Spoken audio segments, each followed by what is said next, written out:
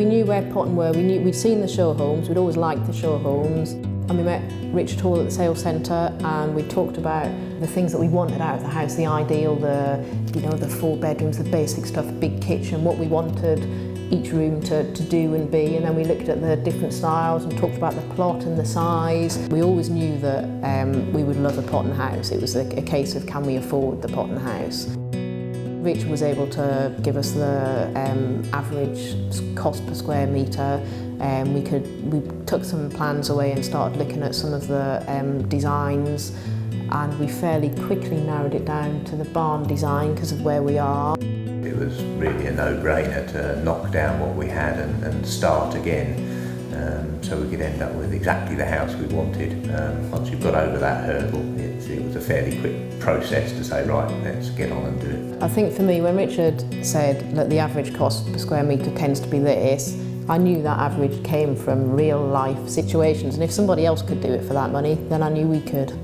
From the very first point I met with Richard, from then on I did feel like he was, helping us, holding our hand, supporting us. It was really useful to see the showrooms and to think, this is how big it is, and to actually feel it.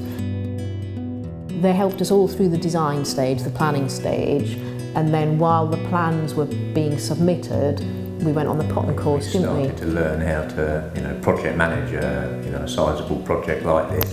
And the Potton course was very good. There was other people that had done, that were doing self-builds at the same time, that were in the same situation that you could exchange ideas with. When we finished that course, we came out of it with, I think it might have been 2 files, and that was our Bible. We just used that from start to finish, all the way through the build. So for £250 spent on a Potton course, we managed to save ourselves a great deal of money by not employing a project manager. And also it gave us the control aspect of the project to manage it from A to Z, from start to finish. In the way that we wanted to do it, rather than relying on somebody else or shouting at someone else when something went wrong.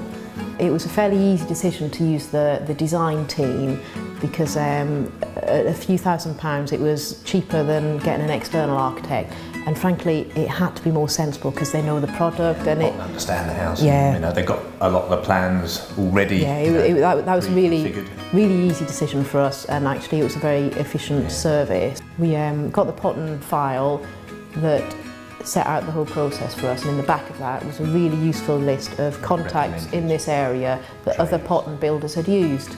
And we really did, that was our starting point. We used quite a few of them. And we also used the building control service, so Potton managed the interaction with the council for building regulations and submitting all of the forms and the different tests that had to be done. So rather than employ someone again that didn't know the house, we used the Potton service for that, which was very straightforward. Part of the design and planning package was that all the building regs documents were drawn up, wasn't it? And we didn't really get involved in that. It's all very technical, generally speaking, but they submitted it all, got it all approved at their local council because they're used to seeing all of the Potton documentation. So it just made it much more efficient for us. Again, it's something we couldn't have done ourselves, so we'd have had to employ someone locally to do that. And as Potton know the houses and know their own designs, it's silly not to use their service really. We've got the house that we wanted. This is, we planned. This is the house that we wanted.